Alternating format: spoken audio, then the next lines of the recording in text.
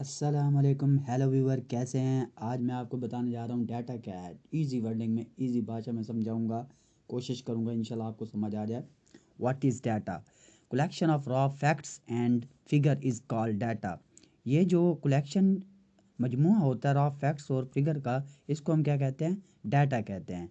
अब पहले आपको डाटा समझाने से पहले आपको रॉ फैक्ट्स के बारे में पता हो कि रॉ फैक्ट्स क्या होता है। The word raw means that the facts are unprocessed. जो अनप्रोसेस होता है, जो अभी प्रोसेस नहीं हुआ, अभी जो हमने चीज़ें दी हैं कंप्यूटर को अभी प्रोसेस नहीं हुआ, वो रॉ होता है।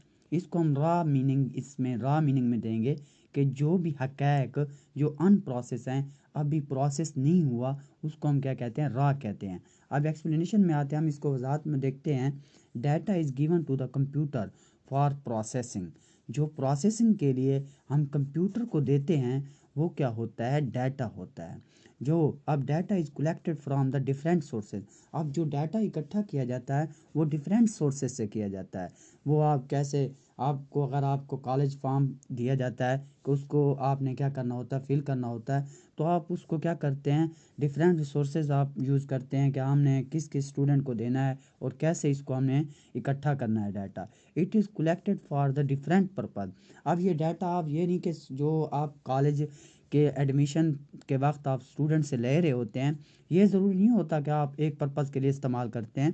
उसको आप डिफरेंट पर्पज़ के लिए करते हैं। आप एडमिशन के लिए करते हैं, आप स्टूडेंट क्लास के लिए आप करते हैं, क्लास के अंदर इनरोल करने के लिए करते हैं। आप डिफरेंट पर्पज़ के लिए आप इस्तेमाल करते हैं। डाटा में कंसिस्ट ऑफ नंबर। नंबर भी इसमें हो सकते हैं, करैक्टर भी हो सकते हैं और सिंबल भी हो सकते हैं, पिक्चर भी हो सकती है। नंबर आप 1 2 3 0 से लेकर 9 तक जो आते हैं, ये सारे नंबर्स होते हैं। करैक्टर ABC वगैरह, ये सारे करैक्टर होते हैं। सिंबल्स जो सवालिया निशान हो गया, क्वेश्चन मार्क हो गया, हैश, स्टैरिक वगैरह, ये सारे क्या हैं? सिंबल हो गए हैं। और पिक्चर तो आपको पता ही है, ये सारा जो है डाटा होता है। अब हम स्टूडेंट का फॉर्म फिल करते हैं तो उससे पहले हम क्या करते हैं? पिक्चर लेते हैं, डेट ऑफ बर्थ पूछते हैं, तो उसमें सारा कुछ मांग कर फिर वो क्या होता है? ये सारा हमारा डाटा ही होता है। तो उससे हम ये सारी मालूमात इकट्ठी करते हैं और उसको डिफरेंट पर्पज़ के लिए यूज़ करते हैं। अब इसकी एग्जांपल करते हैं, स्टूडेंट एडमिशन इन कॉलेज। अब यही पहले जो मैंने आपको बताया ही है कि जब स्टूडेंट जाता है कॉलेज में एडमिशन कराने, स्टूडेंट फिल करता है, उसको फॉर्म दिया जाता है कि आपने क्या करना है? इसको फिल करना है। An admission form when they get admission in college. जब वो क्या करता है? कॉलेज में एडमिशन कर अपना लेता है, तो उसको क्या करते हैं? पहले उसको फॉर्म फिल करना पड़ता है, उसको पिक्स अपनी देनी पड़ती हैं, date of birth B form देना पड़ता है, और भी जो रिक्वायर्ड डाटा होता है वो सारा कुछ देना पड़ता है उसको। They form consist of raw facts. अब ये फॉर्म जो है वो रॉ फैक्ट्स है। क्यों? क्योंकि इसमें हमने डाटा दे रहे हैं, अपना डेट ऑफ बर्थ बता रहे हैं, फादर नेम बता रहे हैं, और उसको अपना उनका फादर का CNC बता रहे हैं, एड्रेस बता रहे हैं। ये सारे क्या हैं? रॉ फैक्ट्स हैं। अबाउट द स्टूडेंट, स्टूडेंट के बारे में। These raw facts are students.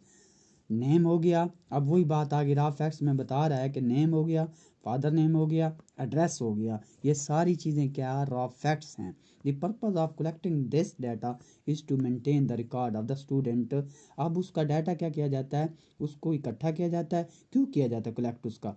क्यों? क्योंकि हमने इसको डिफरेंट पर्पज़ के लिए इस्तेमाल करना है। हमने कॉलेज से एडमिशन भी इसका भेजना होगा, और डिफरेंट पर्पज़ के लिए अब उसको एडमिशन हमने रूल नंबर के तरतीब से हमने लगाना होगा कि किस क्लास में इसका एडमिशन हुआ है।